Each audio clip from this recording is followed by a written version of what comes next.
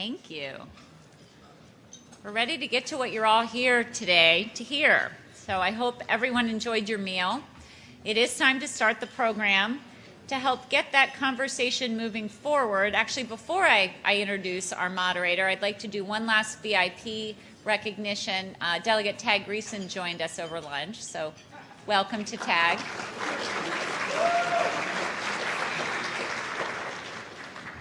So with that, it is my pleasure to invite to the stage our moderator for today's debate, Bruce DuPoit, who will introduce our panelists and outline the format for today's program.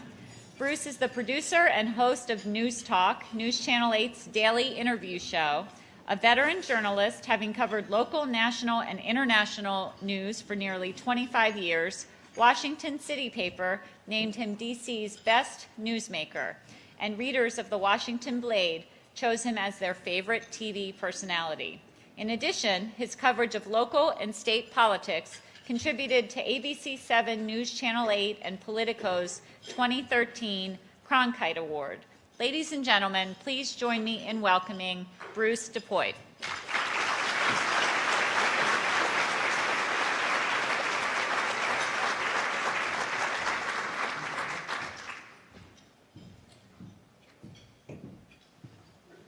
Thank you, Mindy. Good afternoon. Thank you all for being here today. This race is easily the most interesting race in the Washington region this year. It's a fascinating time politically for the region because two members of Congress who have served in Congress and who have served the region for decades are retiring at the same time. So it's a significant moment, and I think as you look around at the different races in the district, Maryland and Virginia, probably this race here in the Virginia 10th is the most interesting. I hope you'll all do what I have just done, and that is to set your device on stun or silent or whatever keeps it from ringing or making noise during the debate. The rules for today are pretty simple, and they are as follows. And by the way, I'm not Jeff Goldberg. My colleague at ABC7 News Channel 8, Jeff Goldberg, was supposed to be here today. He would have done a fantastic job. I hope to do half as good a job as he would have done. But unfortunately, he's in Charlottesville covering the Graham disappearance. Each candidate is allowed a 5-minute opening and a 5-minute closing statement. Based on the results of a pre-debate coin toss, Delegate Barbara Comstock will go first with her opening statement, and first for the closing statement, she will also begin by answering the first question first. All that based on the coin flip held before today's event. Each candidate will be given 2 minutes to respond to the question that is directed to them on their turn. The other candidate will then be given 1 minute to offer a rebuttal response. A Loudoun County Chamber staff member here at table 3 in the front will serve as timekeeper. A yellow card, candidates, will be raised to indicate that you have 30 seconds, to wrap up. A red card that says stop will be raised when time has expired. The order in which the candidates will be asked questions will alternate until the time allotted for questions expires, at which time the closing statements will begin. All of the questions presented during today's debate will be business focused, in keeping with the fact that today's event is being presented by local chambers of commerce. None of the questions have been shared with the candidates in advance. A reminder from our sponsors: all video, audio, or phone recordings of this event by any attendee, to include the candidates, their supporters, political parties, and their staff or volunteers, families, friends, and any unaffiliated audience member, which I think is everyone. I think if you don't fit into one of those categories, come see me afterwards. But any video, audio, or phone recording of the above group, strictly prohibited. It is now my pleasure to introduce our panel of business leaders who will be here on the stage with me.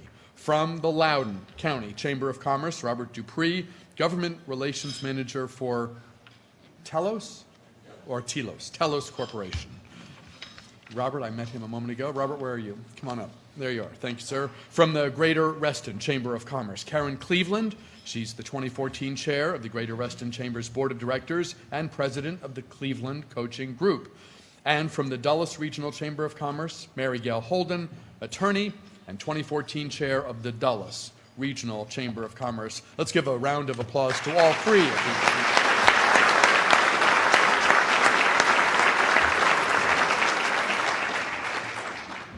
And now, to introduce the candidates, I'd like to invite to the podium Dr. Ali Eskandarian to introduce the candidates.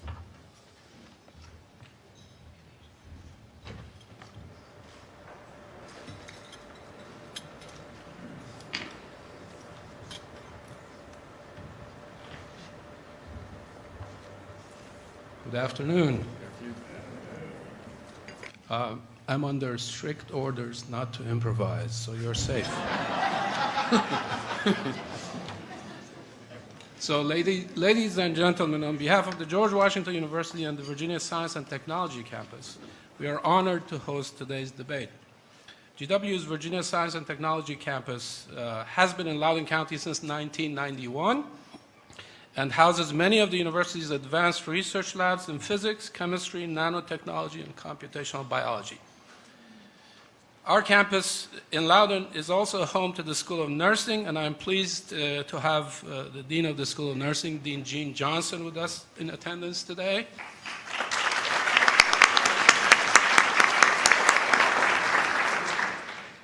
The School of Nursing has seen tremendous growth. Over 60 new nurses were just presented with their white coats earlier this month.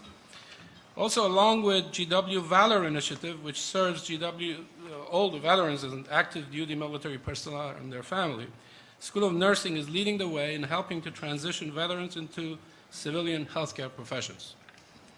Always working to give students the best resources and opportunities available, either in the state-of-the-art simulation lab or through expanded course offerings and faculty expertise in areas like geriatric and mental health care. VSTC, or Virginia Science and Technology Campus, is also home to the university's advanced research laboratories in alternative energy, earthquake engineering.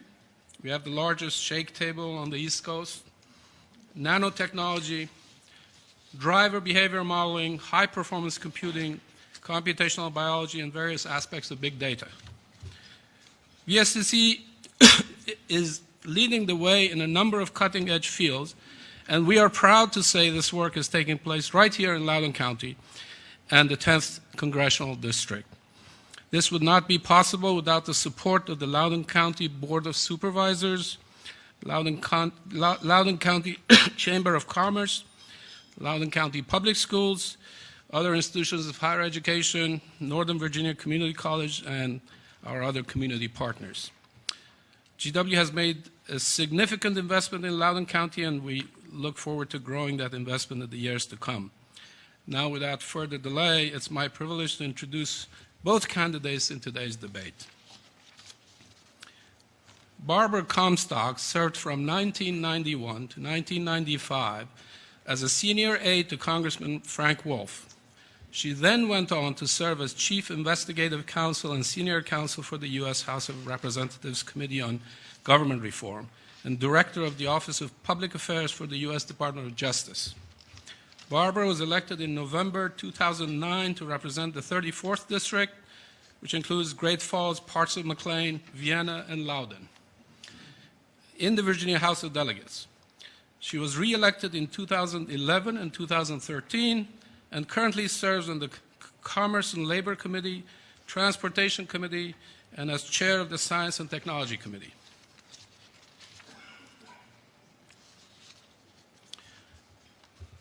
From 1981 until his election to the Fairfax County Board of Supervisors, John Faust practiced construction law in Northern Virginia and was active in several civic associations and county advisory committees. John was elected to the Fairfax County Board of Supervisors in 2007 and re-elected in 2011. He represents the Drainsville District, which includes McLean, Great Falls, Herndon, and portions of Vienna and Falls Church. He serves as chairman of the board's Audit Committee and as vice chairman of the board's Budget and Transportation Committees. He also serves as chairman of the Fairfax County Economic Advisory Commission. Ladies and gentlemen, please join me to welcome Delegate Barbara Comstock and Supervisor John Faust.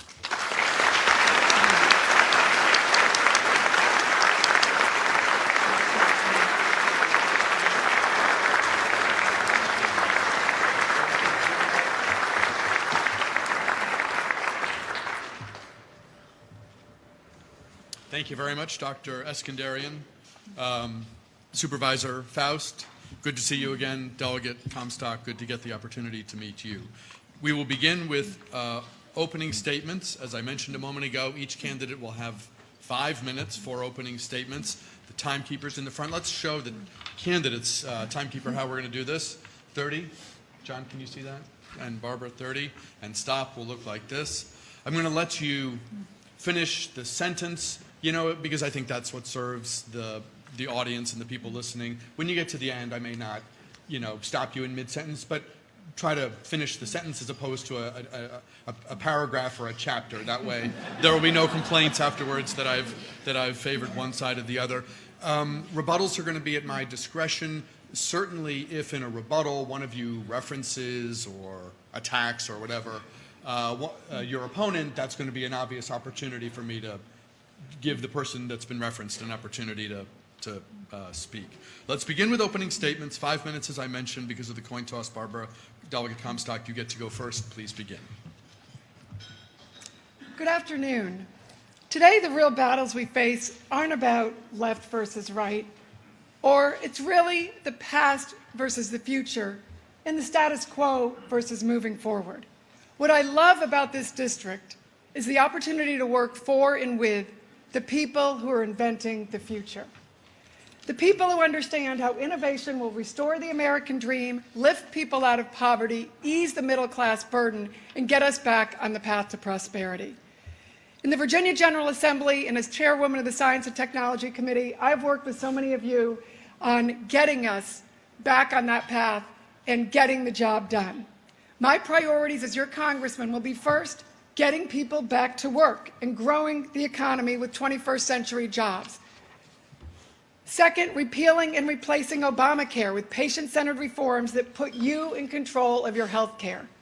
Third, reinvesting in our military and stopping the sequester cuts that threaten not only our jobs, but most importantly, threaten our national security. My opponent and I do have different visions for the future. He thinks that the answer to many and almost all of our problems is to raise taxes.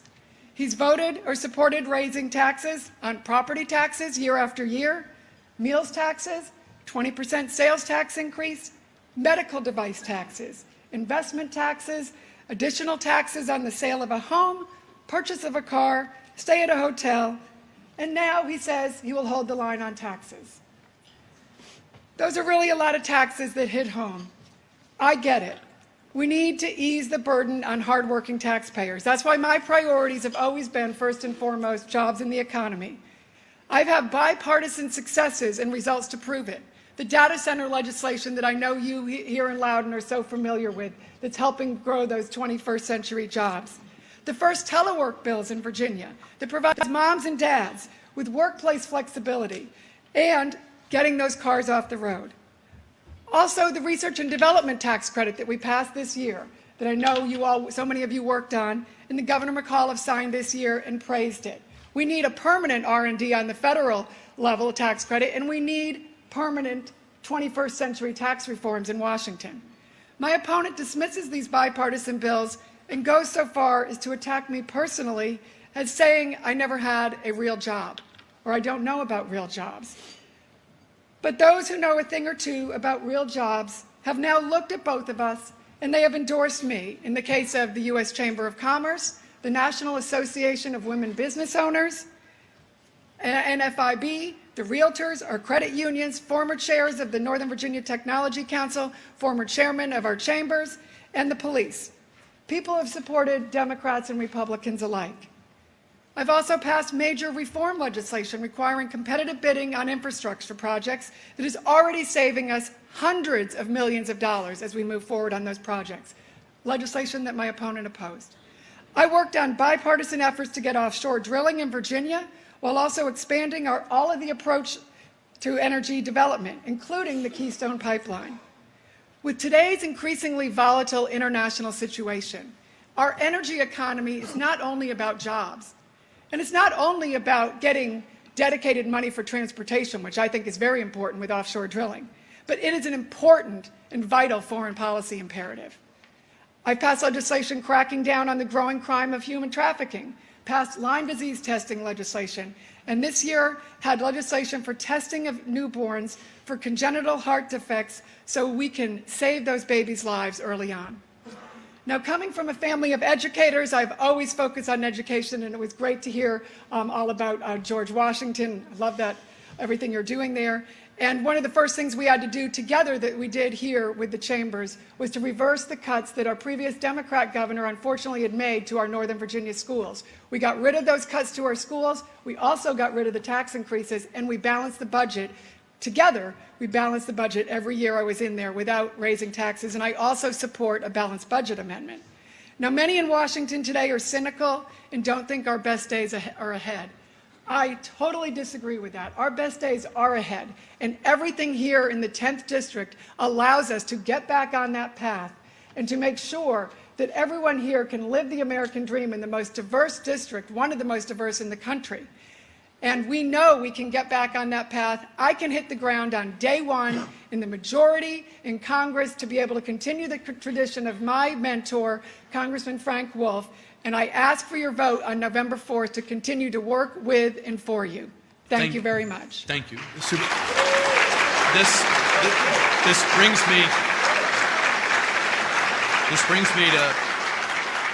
brings me to something I should have said earlier, and that is, please hold your applause. Although I'm going to let those of you who are inclined to applaud for Supervisor Faust to do so. But after that, the most important voice you have in this debate is the vote you cast on Election Day, and applause or any other stuff of that type just takes away from our ability to question the candidates and for their ability to say where they stand. So if I could ask politely that we not applaud after the one applause that you may or may not choose to give to Supervisor Faust, we'll be even and we can all move forward. 5 minutes, thank you in advance. 5 minutes for an opening statement, Supervisor Faust. Thank you, and good afternoon, everyone. It is a real pleasure to be here. I have enjoyed working with the Northern Virginia business community over the past 7 years as a member of the Fairfax County Board of Supervisors, and before that as an active member of the business community and with my own law practice for many years.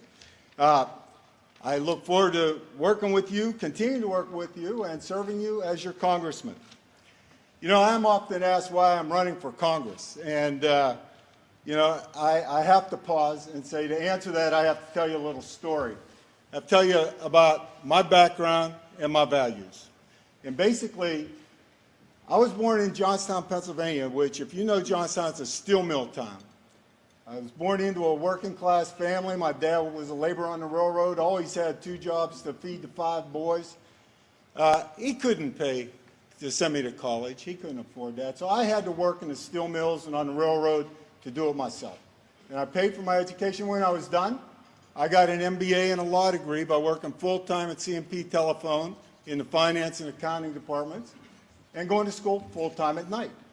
So I tell you that story so I can answer the question, why am I running for Congress? It is because I believe that I had tremendous opportunities as a youth to get a good education, to get a good job, and to ultimately, in my opinion, live the American dream. That's not happening in America today. There's not enough opportunity. Education has become too expensive and limited. There's too few. And I believe that we have to change that. And I think the way we're going to do that is to deal with the Congress that is broken, that is, you know, obviously far too partisan. It's holding our country back. And we have to make a change. And the way to make a change is to send new people to Washington. I've served on the Fairfax County Board of Supervisors for 7 years. We do things differently in local government. I hope you recognize that. We do them the right way.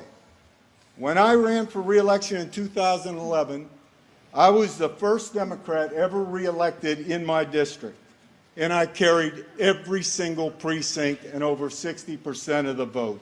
I hope you agree. That demonstrates that I've been a leader who works with both parties, businesses, and the residents to solve problems and to get things done. On the Board of Supervisors, I serve as Vice Chairman of the county's Budget Committee. I've balanced 7 budgets in tough economic times by working with my fellow board members, county staff, and the community. We set priorities, and we've cut tens of millions of dollars of wasteful spending.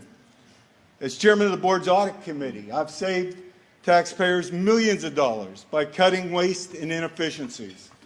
And as chairman of the county's Economic Advisory Commission, I've spent the past 6 years working with county staff and dozens of business leaders in this Northern Virginia community to expand and improve our economic environment. Our mission is to improve the business climate, and we make the county more attractive to business in a knowledge-based 21st century economy. We do this by supporting public schools and infrastructure investments like the Silver Line project and transit-oriented development in Tysons and along the Dulles Corridor. These are the types of things we do, and we focus on reviewing and improving the county's regulatory process. So when I go to Congress, my priorities will be to get past the partisanship and work across the aisle like we do in Fairfax County, so we can deal with our fiscal challenges and make Washington work again. We need a functioning Congress to address and solve our fiscal challenges and to create jobs and opportunities by investing in job creators like education and infrastructure and research and development. We need to improve education at all levels, including expanding early childhood education, placing more emphasis on STEM subjects, and making college more affordable. And we need to pass comprehensive immigration reform so that we can take advantage of everyone's talents and make it easier for highly educated foreigners to come to our country or to stay in our country and to contribute to our prosperity. Over the next hour, you will hear differences between Barbara Comstock and myself. I'm looking forward to the discussion. We'll agree on some things and we'll certainly disagree on others. But I hope you will take away from this debate a good sense of both of us. Thank you very much. Thank you very much.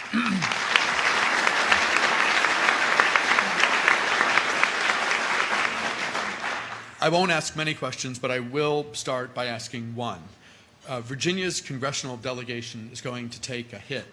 Jim Moran, a senior Democrat with Plum committee assignments, is retiring. Frank Wolf, a senior Republican with Plum committee assignments, is retiring. The two of them, tons of clout, tons of proven ability to get things done. In addition, Eric Cantor was defeated, surprisingly, in a primary. So a lot of seniority, arguably, a lot of know-how is going out the door. One of you is going to be a freshman member of the House. Which of you is better equipped to at least help, in part, offset some of what Virginia is losing? Because of the coin flip, Delegate Comstock, you have 2 minutes to answer that question first. Thank you.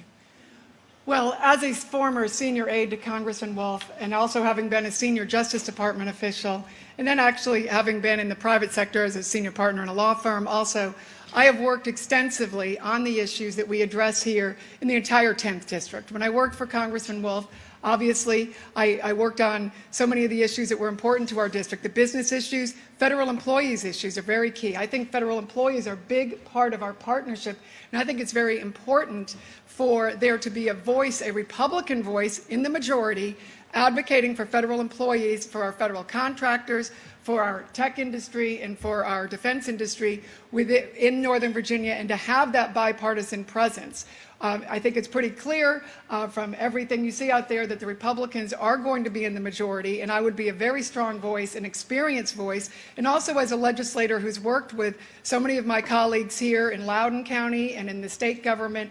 I know all of the issues throughout the 10th District, and I know the expertise. If I don't have the expertise on these, and I don't by any means claim to have the expertise on all of these things, but I know the experts in all of these areas, in defense, in business, in our tech community, in our health communities, because for over 25 years, since I worked for Congressman Wolf, I have been working with all of you, and I already have that bipartisan success in the legislation that I outlined to be able to hit the ground running on day one and work with my colleagues across the aisle, work with people on getting true results here, and that's what people want. You know, when all these bills that I just outlined, bipartisan bills that I passed, we had people who were, on one side and the other who never worked together on something else, like our human trafficking bills. They came together and we got solutions. The data center bill, we put together a coalition working with you in the business community. So I want you all to be our advocates to help me in Washington to take that expertise and to make sure that we do everything right for Northern Virginia and the Shenandoah Valley. Thank you. Supervisor Faust, 1 minute. Thank you very much. The question is, who's going to get something done in Washington? And think about what's happening in Washington right now. Almost nothing. They're not getting the job done. Why is that? Because they're hyper-partisan, because they refuse to come together and work across the aisle to get things done. I would put my record as a hardworking, problem-solving supervisor working across the aisle and say that in and of itself will demonstrate that I can get more done. But I also want to point out that I'll be working with two Virginia senators who support my campaign, Warner and Kane. I also want to point out that Delegate Comstock has a history of extraordinary partisanship. And that partisanship is the problem in Washington. It is exactly what we have to solve. She made her name in Washington by investigating the Clintons for 4 years as a chief investigator for the House Reform Committee. She's represented every one of the, she's been a lobbyist for the Koch brothers. These are not the types of people that are going to go to Washington and solve our problems. These are the type of people we have to get out of Washington if we're going to solve our problems. I think you can take a minute to respond to that. Well, as you just noted, my opponent did not note any accomplishments that he has actually done on a bipartisan basis. Reminds me of Maggie Thatcher used to say, if you want something said, ask my male colleague. If you want something done, ask me. I've gotten results on a bipartisan basis. When I worked for Congressman Wolf, we had, and I think the Washington Post has reported on this, and they talked to Congressman Wolf, we had people, we had some constituents who were wrongfully fired, who I'm very proud that we went to bat for, because Congressman Wolf always goes to bat for federal employees, and that's the investigation that we started in Congressman Wolf's office, and they ended up, at the end of the day, Congressman Moran and the whole Congress apologized to those employees who were wrongfully fired. One of them was prosecuted, exonerated, and I was very proud of the work we did to exonerate him and to pay. Congress paid his legal bills back to him in part of that apology. So I'm proud of that work, and it was work that I started doing with Congressman Wolf at his behest. Robert Dupree, a question for Supervisor Faust, please. Yes, thank you. Supervisor Faust, the Affordable Care Act is unpopular with many Americans. For business owners, health care reform has created a great deal of confusion, complexity, and cost. Please tell us if you believe the health care reform law has overall been a success or failure, and what, if anything, you would do to improve it, or would you repeal it? 2 minutes. I would not repeal it. I believe that the ACA is a step toward what we need to accomplish in healthcare.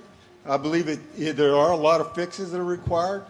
Particularly concerned about the adverse impact that Obamacare has had on costs, and we don't want it to be a anchor on creating new jobs and opportunities. So there are lots of things we can do.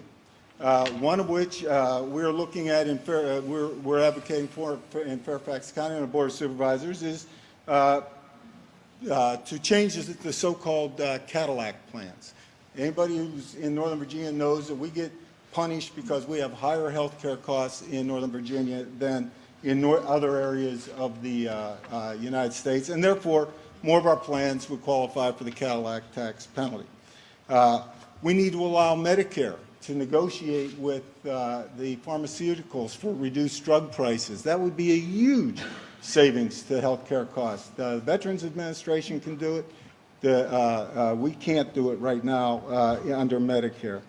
I am supportive of Mark Warner's proposals to create a copper plan that would provide lower cost and deductible plan for consumers. What I am not willing to do is to allow the health care to be returned to the insurance companies so they can take away or they can decide that a pre-existing condition disqualifies us from getting coverage, so that they can decide that we've used too much health care and decide to cancel our policies, or so they can raise prices without any control at all. This is what was wrong. We got to remember how bad the health care mess was before Obamacare. We've got a situation where we have a solution that needs fixes, but we got to make sure insurance companies do not go back to overcharging and taking away our health care. Delegate Comstock, 1 minute. Thank you. Well, Obamacare clearly has been a failure. The president himself has done over 36 exemptions saying, no, don't let it go forward because it would be that bad. I'm glad my opponent has acknowledged that it's costing businesses more, because that's why the economy is having such a tough time, because of these costs. But he has said that's clearly a good thing. Now, we know the premiums that we were told were going to go down have actually gone up by thousands of dollars. Then your deductibles have also gone up, people are finding. I mean, when I go around throughout the 10th District and I talk to businesses, they're telling me how they're having to lower the work hours of people, or not give them the premium, not give them the plans they used to have. We can have good patient-centered reforms. We can buy across state lines. We can have portability like you have with your car insurance. We can have deductibility. We can have health savings accounts. We need to start over, not with the Washington-centered one-size-fits-all plan that you just heard from my opponent, but a plan that puts the control and the money and the deductibility back in your hands. And that will include things like having pre-existing conditions dealt with, and also keeping the kids on the plan. We can keep the good things without destroying our entire system. Karen Cleveland, a question for Delegate Comstock. Delegate Comstock, America's growing debt and deficits have severely constrained our nation's ability to invest in areas that enhance economic growth and competitiveness. Cutting waste, fraud, and tax abuse is not enough to solve the problem. What federal programs would you be willing to cut or eliminate, and what federal taxes would you be willing to increase to balance the federal budget? 2 minutes. Okay. Well, the premise, I think, that we have debt, the reason we have debt is because we are taxing our businesses so much, putting so much regulation on them, that we're running up those costs, and then we have fewer jobs. Right now, we are at since the 70s, we haven't had such a low labor participation rate. So when you don't have people in the workplace, you have less money that's in there creating jobs, taxpayers. So we need to first and foremost have a growth economy. That's why that has to be our #1 priority. And for 6 years, we've been waiting. They don't get it. They don't get that that has to be the #1 priority. We've been tops for jobs in Virginia because that's always been our first priority. So that's why we need to do things like pass the legislation I talked about, cutting taxes, so we get more money out there into the private sector. You grow jobs. We get those 1 in 5 people who are on food stamps, we get them back to work. Then you're going to save a lot of money on food stamps. Then people want a job, and then you're going to have money coming in. So we can do that. I think one of the things we did in Virginia was we said to our state employees, we made them our partners, which I want to do with our federal employees, is say, you find savings in your budgets, and we'll give you a bonus for finding those savings. And they not only found enough for a 3% bonus, they found money in savings, because our federal employees are our best experts who can go in and find those savings. So I want to empower them to find those savings and work with us. And then we can get that growth economy going, get people back to work. And in the 90s, we balanced the budget in the 90s, and we didn't have to have drastic cuts. We got growth going again. One of the things I want to see is take that $1,000 child tax credit that I worked with Congressman Wolf on and make it $2,000. so that families can keep more of their money for raising their kids and have more flexibility with that. So I think those growth economy messages will be a big help in getting our deficit down. That's what we did in the 90s. Supervisor Faust, 1 minute.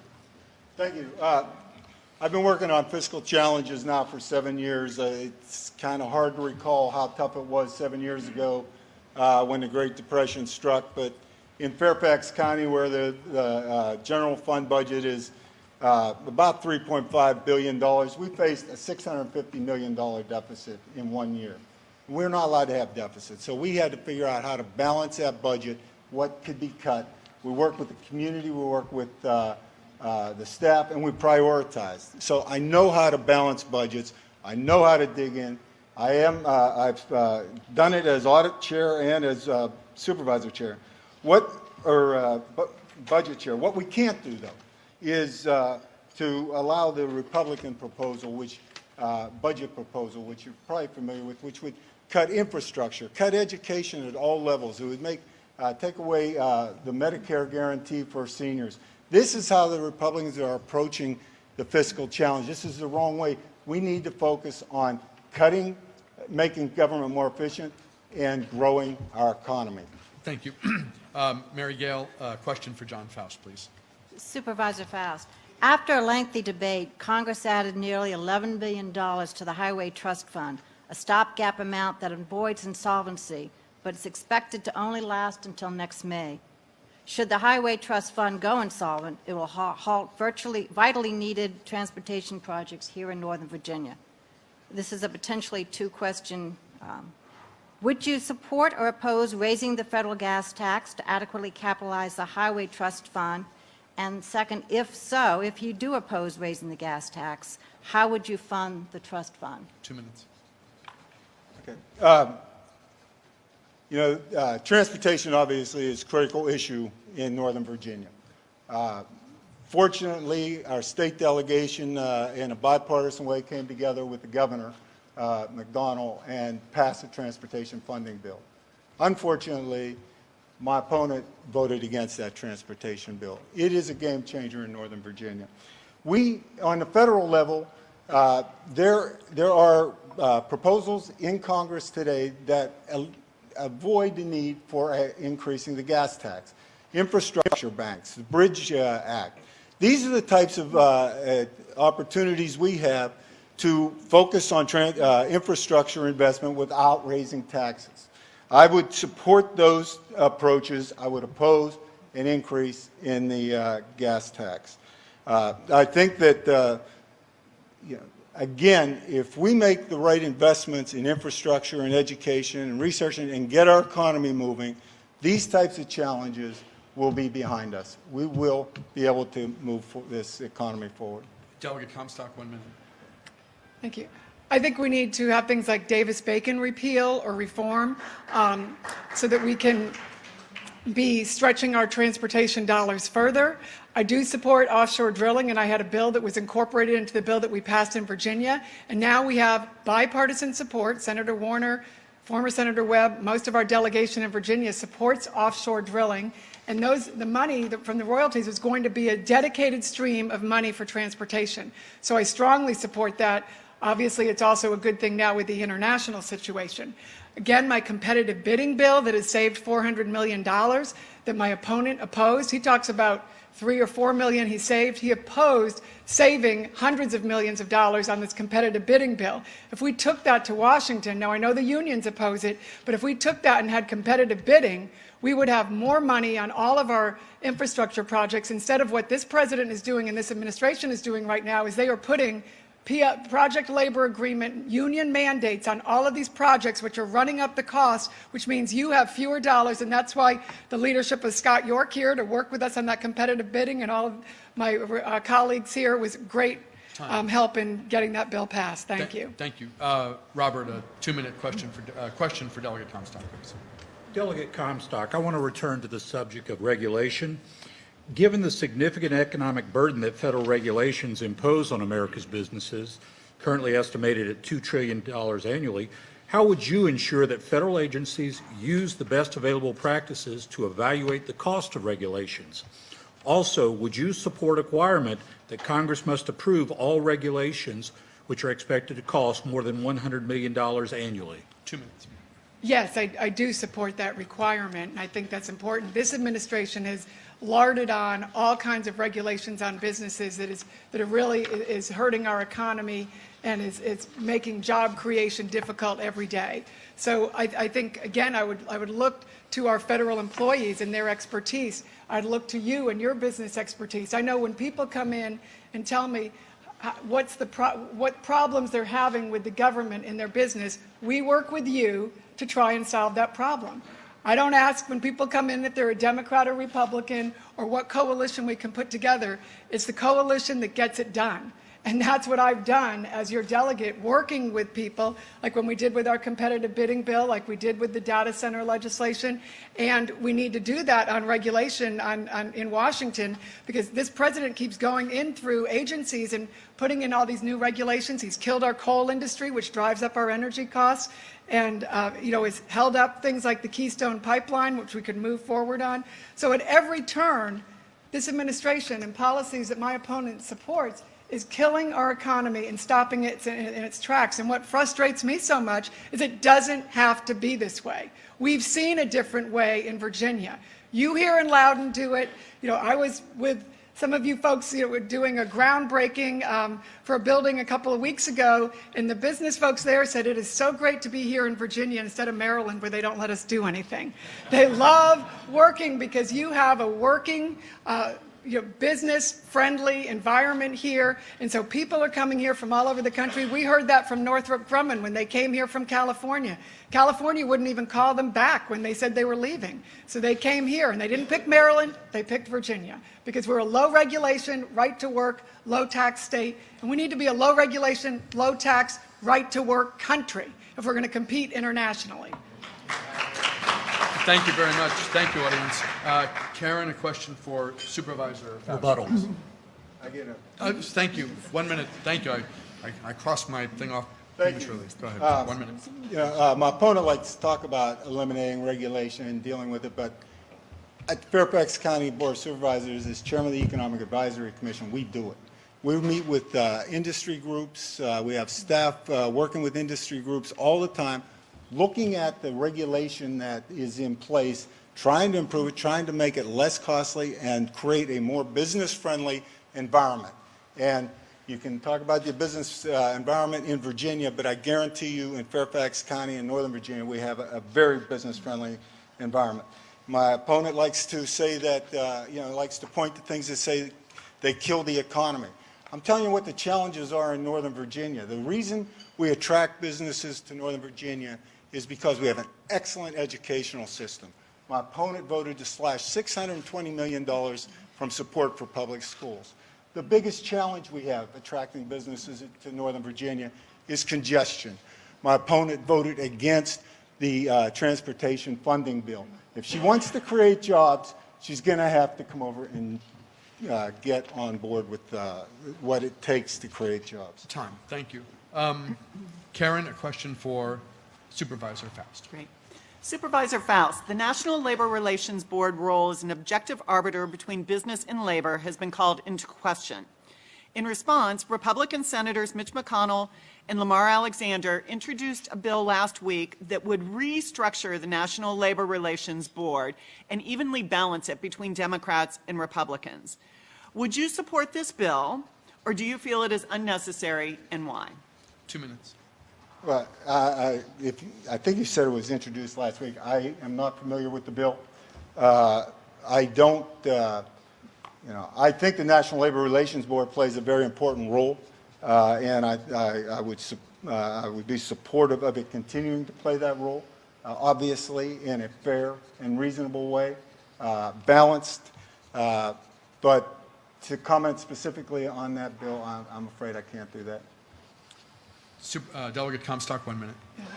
I strongly support that bill, and again, would also support Davis-Bacon repeal. The NLRB over the past 6 years has been out of control. Anybody in business knows that. You all see that every day. They were trying to shut down business, and they have totally gone in on the side of unions, and instead of being a fair arbiter, they have just become an advocate for unions. The Supreme Court recently overturned one of their actions unanimously. That means every single Supreme Court guy said, you are out of control. That is the National Labor Relations Board that needs to be reformed. That you in business know how important that is, to have somebody who understands when an out-of-control agency is after your business. They tried to make card check through regulation through the NLRB. I oppose that. I have worked against that for years. I'm the person in Virginia who passed the right to a secret ballot, something that the NLRB current members do not like. But I will fight for to make sure we have secret ballot elections, not just in Virginia, which you're entitled to, but in the entire country. Thank you. Thanks. I will ask a question next. It's been referenced a couple times. Delegate Comstock, can you explain why you voted against Governor McDonnell's transportation plan? It was hailed by some as a once-in-a-generation infusion of money for transportation in a state, certainly here in a region where transportation problems are significant. A moment ago, your opponent referenced it as a game changer. Can you explain why you voted against the bill, and would you do so again today? I would note something my opponent hasn't noted recently. There was bipartisan opposition as well as bipartisan support. And I know this was a difficult issue, and we did all work together very civilly on it. And you know in the business community that I did meet and discuss this with you. But I was concerned about the disproportionate tax on Northern Virginia. We got a higher tax than anybody else. There were also all kinds of additional taxes that were put on different businesses up here in Northern Virginia. So I know it was a tough call, but that was the call I made. Now that that has passed, what we do in Virginia, unlike in Washington, and what we need to do instead of the name calling and the attack, is we immediately came together and said, how are we now going to make that bill work? And an important part of that bill was, and we had previous legislation on this, was to focus on congestion relief and make sure that money goes to congestion relief, not to things like the Arlington trolley folly that's already getting tens of millions of dollars, which those of us who were concerned about this said, this is what's going to happen. I was told, oh, that'll never happen. Now you see it going forward. So we need to now prioritize that, and I will work with all of my state and local colleagues to make sure the money doesn't go to things like that, but comes to places like Loudoun, where we are getting shortchanged here in Loudoun on the transportation money, and I will fight with you every day. And that's why all of these business groups who did support the transportation bill still supported me, because they know I'm the person who works to get things done. Supervisor Faust, 1 minute. Thank you. The transportation bill literally is a game changer. And yet it costs more in Northern Virginia because we get a whole lot more. My opponent,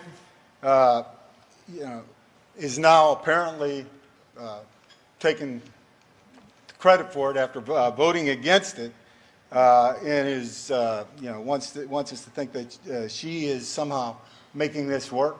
Well, let me tell you, that bill helps support Dulles Rail. My opponent, of course, showed up for the ribbon cutting. She did not support the funding for that project. This is the type of thing you have to look for.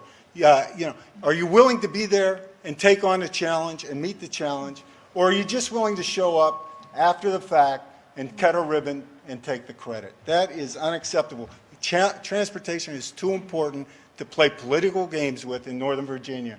We are on the track now, because of that transportation bill, to solving a significant challenge to our quality of life and to our ability to attract businesses to Northern Virginia. Thank you. Would you like to Mary, respond on that? well, I don't think there was a personal attack. I think it was a characterization. You'll get to speak in a moment. Mary Gale, a question for Supervisor Faust, please. Supervisor Faust, passenger and cargo growth at Dulles Airport has stalled in the past few years, in part due to changes made by Congress in the number and destination of flights allowed at Reagan National Airport. That's the so-called perimeter rule. The Federal Aviation Administration authorization bill is expected to come up during the next Congress. What will you do to keep Congress from expanding the perimeter rule and allowing more flights from Reagan in order to protect Dulles Airport, which is a major economic engine for Virginia and especially for Northern Virginia? 2 minutes. I will do everything I can to stop that from happening. Dulles Airport is, Tyson's Corner, Dulles Corridor. These are economic engines, but really the ultimate economic engine in Northern Virginia is Dulles Airport. And we have got to do everything we can to make it successful. And it is certainly being challenged by what's happening at National right now. I, as an advocate for Northern Virginia's economy, I will do everything I can to ensure that Dulles Airport is a success. Delegate Comstock, 1 minute. Okay. I would just like to note that I do support Dulles Rail and have, and that's why my competitive bidding bill was so helpful at a key time when there was leadership, when Scott York and Sharon Bulova came together and said, take the project labor agreement off the Dulles Rail project so that you could get, so that the chairman could get the 5 votes that he needed to go forward with Rail to Loudoun. My opponent wrote a letter and said, no, keep that project labor agreement on. And I should also note, in 2007, when he ran for office, he opposed Dulles Rail above ground. One of the first things he did when he was elected was write a letter and say, let's stop the project, let's do it a different way, something that Senator Kaine and Congressman Wolf said would have derailed the project altogether. And I would note, at that ribbon cutting that we were both at, he was hanging out with the labor union guy who was trying to put the project labor agreement back on there. So that was one of the game changers that Chairman York and Sharon Bulova working together in a bipartisan way with Congressman Wolf, with our governor to get that forward is why we were able to get that project going. And I support it and will continue to work with all of you on it. Robert, a question for Delegate Comstock, please. Delegate Comstock, the latest estimates suggest that U.S. companies are losing a staggering $250 billion every year in intellectual property theft due to cyber espionage. A report from the White House's Council of Advisors on Science and Technology found that fewer than 40% of students who enter college intending to major in a science, technology, engineering, and math or STEM field actually complete a STEM degree. What will you do to expand secondary and higher education programs focused on careers in STEM and thus enhance America's cybersecurity workforce? 2 minutes. Well, thank you. And I know Telos is such a leader on cybersecurity, so thank you. And I know I think we need to have more members of the chamber working on national security and cybersecurity. Some members of my table were noting, so I'd say that's something that we can do. But on the education front, we've been doing that in Virginia. We passed a higher education bill that was very much focused on STEM, and we know that my husband was a math teacher, came to Northern Virginia, Fairfax County, served in the schools for 30 years. I know how important that is. We had amendments in our budget that Delegate Greason, who's one of our appropriations members, worked with me and with Joe May to have money for well, it's STEAM education now because we add arts for Wolf Trap, so that Wolf Trap can work with preschool children, and they have programs that are now modeled all around the country on STEM education, STEAM education, to get that science and technology know-how right there at the beginning. And so I think we have great opportunities again to highlight the expertise that we have in Virginia. My husband has been in the school system for over 30 years. My mom, who's here today, was a teacher her entire life. I come from a family of educators. I think I'm the only one on the stage who had children who were in the public schools, and my husband obviously has served them for 30 years. I support school choice and opportunity for everyone, so let me say that too, but we've got to improve our science and technology education. Congressman Wolf has carried that out, working with NASA, working with Orbital Science, working with all our great companies here. I will continue to make sure, from my family tradition, that education and STEM education will be a top priority, and work with great companies here in Loudoun that do that. Thank you. Supervisor Faust, 1 minute. Thank you.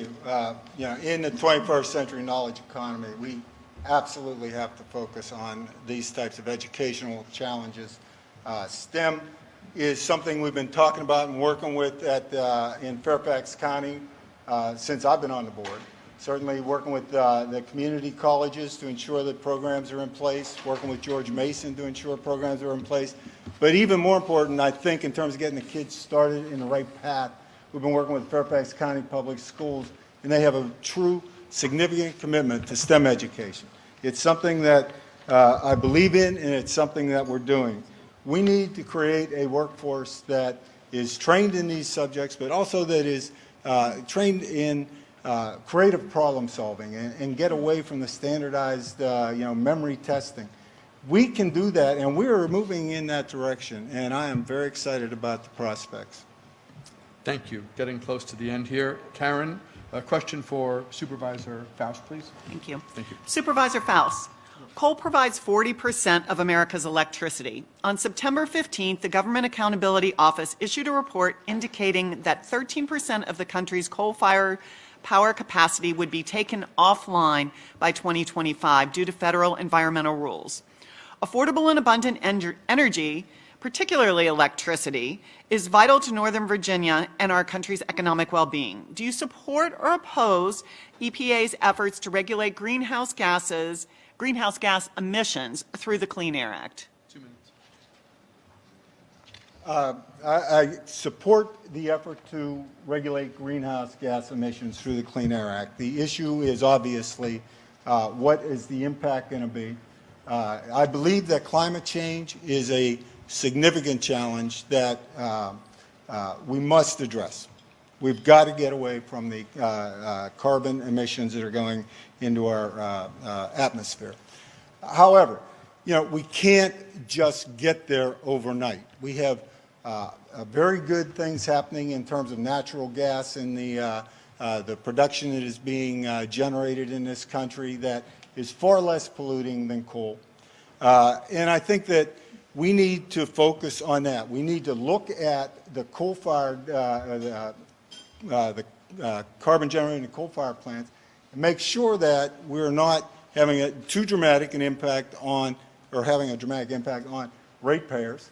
And also we have to be concerned about the economy in the areas that are dealing with this. But I believe that we have to get away from carbon generators as the primary source of energy in this country, and this is one way of that needs to be explored to do that.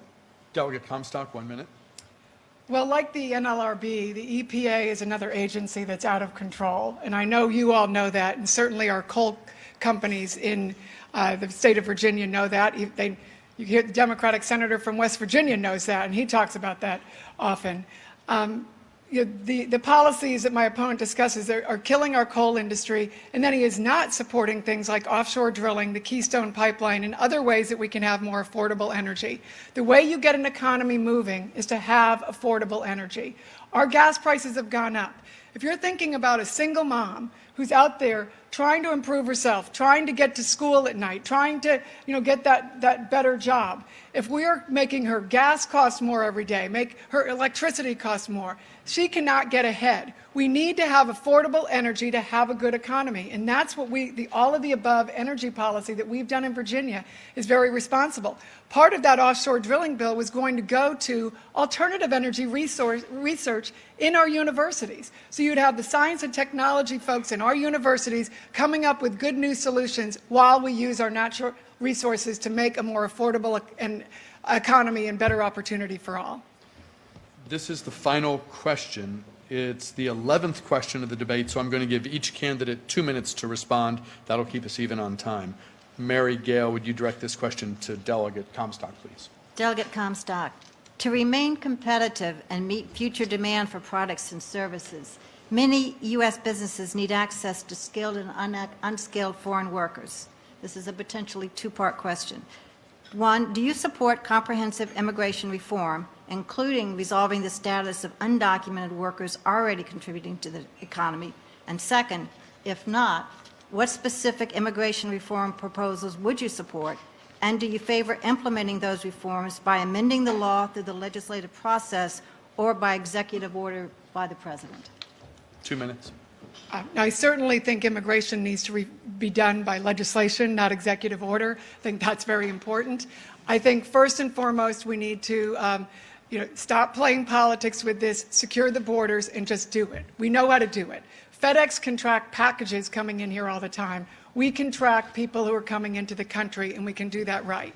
So we secure our borders, we enforce our laws, and then we do things like pass H-1B visas which I support, which is very good for our economy. And I think we need to do a step-by-step process. People need to have trust in the process. So often when you have these huge monolith bills, whether it's Obamacare or other huge bills, you have all these unexpected consequences. When you can have base hits, you all know that in business, when you can go in and just do good base hits, get something done right, and then build success to move to the next one. That's what we can do with immigration. I think that's why, and we need to have buy-in with the community. We need to have people supporting that, and they have to trust that the system is going to work, and we need to have one immigration system for everybody that's fair, equitable, that people who play by the rules get in here, and they don't have to wait long. I mean, one of the most beautiful things to do is go to a naturalization ceremony. This is a wonderful process. We are a nation of immigrants, and we're also a nation of laws, and we can be both, and we can get that right. We have the technology. If we use our technology community, let's give those H-1B visas, let's use our technology community, and let's get the immigration issue right. Supervisor Faust, 2 minutes. Thank you. I think Barbara Comstock's answer is that no, she does not believe in comprehensive immigration reform. I do. I think that the United States Senate passed a very reasonable bill, I believe last year, that addressed in a comprehensive way the challenges we currently have with immigration. And of course, those include securing the border. We've got to do that. But it also provided a way to deal with the 10 to 12 million undocumented immigrants in the country currently. It provided ways to help grow the economy with the H-1B visas. It addressed across the board the challenge we have. The United States Senate was able to come together in a bipartisan way and support that bill. It moved over to the House, and we can't get the Republicans in the House of Representatives to support it. Why? I mean, this is one of the biggest challenges we have as a nation. It's also one of the biggest opportunities we have as a nation. The workforce that we would bring out from under the cover of not having papers would make a tremendous contribution. We need, whether it's Social Security or Medicare, we don't have enough people in the workforce paying in for all of us who are my age and older. The comprehensive immigration reform is just an intelligent, smart thing to do, and we should do it, and it's very unfortunate that it hasn't happened. Thank you, candidates. Time now for closing statements. Each candidate will get 5 minutes to deliver a closing statement. Because of the coin flip held earlier, Delegate Comstock, you get to go first, 5 minutes. Thank you. Well, thank you so much for the opportunity to meet with you all today, and thank you for the privilege of being able to represent you in the House of Delegates over the past 5 years, and also the privilege of being able to work, start a business, work with our federal government, work with our Congressman Frank Wolf all these years. And please know, as your Congresswoman, I will take all of that experience, all of the knowledge that I have gained from working with you on all of these endeavors that we've worked on for over 25 years, and take that to Washington, and on day one, hit the ground running to get results. I have that record, as we've discussed here. I am the only one here who's actually passed legislation and gotten bipartisan results. We've got to get people back to work, and I know how to do that, because that's what I spent a career doing. From when I started with Congressman Wolf, and we did things on tax reform back then. When we were in the 90s, we worked on welfare reform. Welfare reform is an issue that this president has unraveled and made, we did all these things to make welfare reform so that people would get back to work, and now he's unraveling them. We need to put people back in good, high-paying jobs where they get on that ladder to prosperity and advancement, and their children can too. I mean, when you look around, so many people are concerned. I hear this so often, that their children aren't going to have the same kind of life that they had. I mean, my parents are here today, and my mom and dad were the first in their family to go to college. And they worked very hard so I could go to law school. I started working when I was 14 and, paid through college. I know we both went to night school. I had 2 babies while I was in night school. So I nursed 2 kids and did that through law school and worked hard. But we need to reward that American dream again.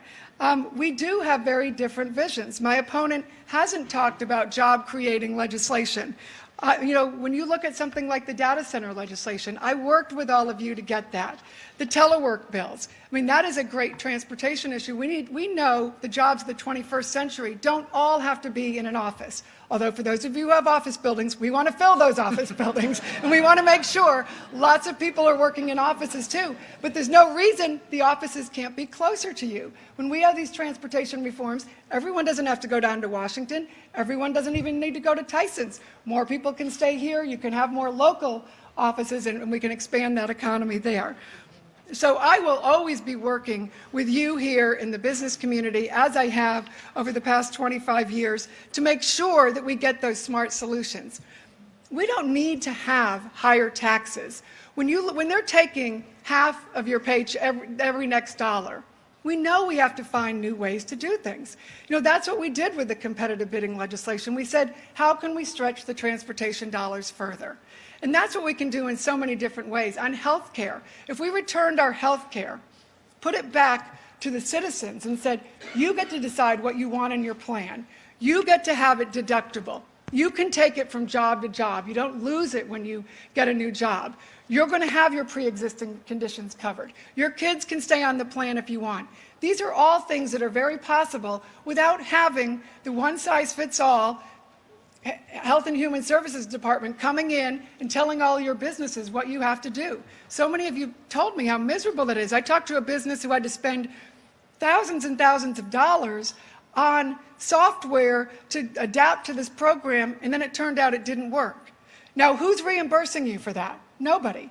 So, we need to, if we put more of this in your control, we know you do it better, because that's why Virginia is tops for jobs, because we give you more control over your dollars and how you do things, and that has been a great way to get the job done. And, on the education front, again, we need to have more choice and opportunity. We have the best schools in the country. We have, when you look at the top 100 schools, many of them are here in this area. In Loudoun County, Loudoun was just named the best place in the country to live, right, Chairman York? And and this is, the 10th district is the best place to work. It is the best place to demonstrate all that modern technology and all of our innovation and what we can do.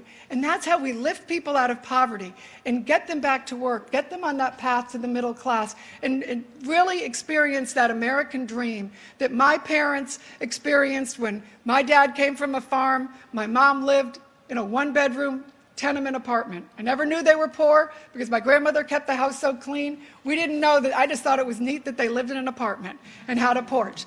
So, this is the American dream that we've all lived and that my family has lived, and we all want that for our children, and we can do that in this great, diverse community. So on November 4th, I ask for your vote. Supervisor Faust, 5 minutes for a closing statement. Thank you. Thank you very, very much for this opportunity. I do want to point out that Delegate Comstock continues to say that I don't talk about job creation, that I don't talk about legislation that creates jobs. I think all of you in this audience realize what it takes to create jobs in Northern Virginia. A tax credit here and there, good thing. But fundamentally, what we need is a community that will attract the people with the innovative thought process, the type of people who want to create new businesses, and who want to live somewhere that is transit-oriented, that has a great educational system, that has a transportation system that's not dysfunctional, that invites women into their community and doesn't tell them how to practice, their doctor how to practice medicine. These are the types of things in the 21st century that make a difference. It used to be, I grew up in a steel mill town. There was a plant there, and people went to that plant to work. That's where the jobs were. Today, the jobs come to us because we have a tremendous community here that attracts the best and the brightest. They are now coming to us. We need to continue to make investments in education and transportation and respect diversity and work to create a community that attracts those types of people. When I go to Congress, my priority will be to get past the partisanship and work across the aisle so that we can deal with the challenges and make Washington work again. I've demonstrated I can do that. We need a functioning Congress to address and solve our fiscal challenges and to create job opportunity by investing in job creators like education, infrastructure, research and development. We need to improve education at all levels, including expanding early childhood education, including placing more emphasis on STEM education, and especially, let's make college more affordable. We need to pass comprehensive immigration reform so that we can take advantage of everyone's talents and make it easier for highly educated foreigners to come or to stay in our country and contribute to our prosperity. I hope I've earned your support by demonstrating that I have a record of working with Democrats and Republicans to cut waste and to balance budgets, to make investments in education and transportation, and to support a woman's right to make her own health care decisions. I will not accept the status quo in Washington. I will work with both parties to find practical solutions. Now, elections are about choices. And voters in the 10th District, I believe, are going to have a very clear choice in November. I believe it will be a choice between my common sense problem-solving record and Barbara Comstock's extreme right-wing agenda on transportation, education, women's right to make their own health care decisions. On transportation, I stood with the Northern Virginia business community and supported Governor McDonnell's bipartisan transportation funding bill. We were told by the business community it was very, very important, and we stood with you. Barbara Comstock stood with the extreme Tea Party members in Richmond and voted against it. On education, I stood with the Northern Virginia, I stand with the Northern Virginia business community and support investments in K through 12.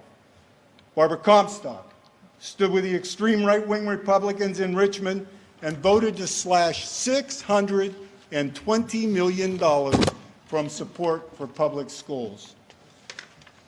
On women's health care, this is an issue that is relevant to our economy.